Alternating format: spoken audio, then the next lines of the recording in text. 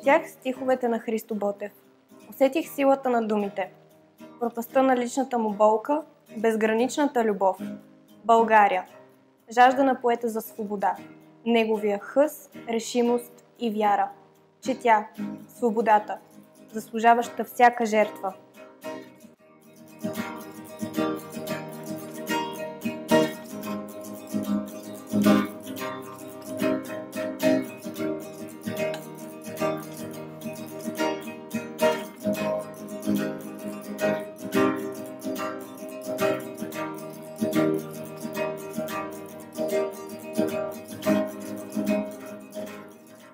Двадесет и 8 годишен, душата му пламък и буря.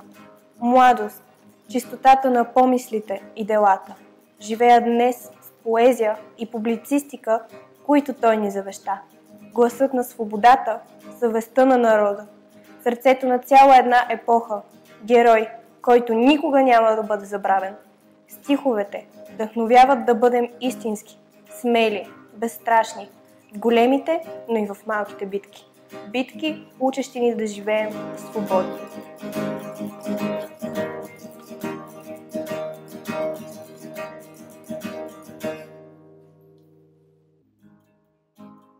Запей или млъкни, махни се, сърце ми вече трепти. Ще хръкне, изгоро свести се.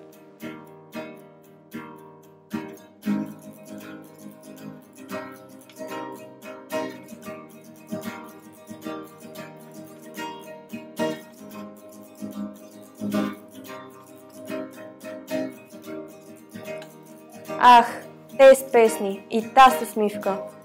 Кой глас ще ми викне, запее, кървава да вдигна напивка, от коя и любов не мее. Пък тогас и сам ще запея, що любя и защо милея.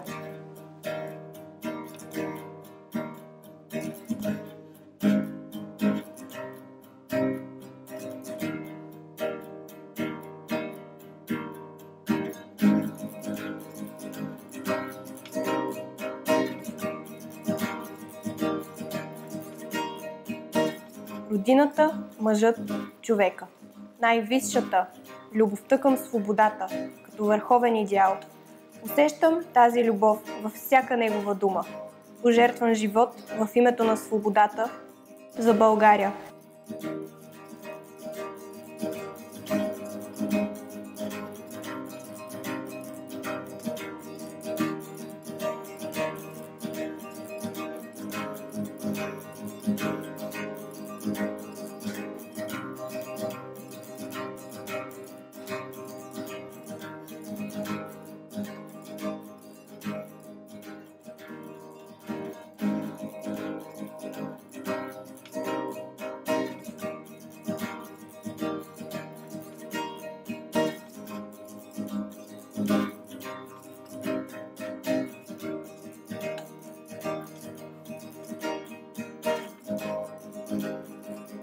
Прекланям се пред подвига на Христо Ботев, поет, революционер, безсмъртен герой на България, със слово и хъс, борещ се за свобода и достоинство, за своя народ.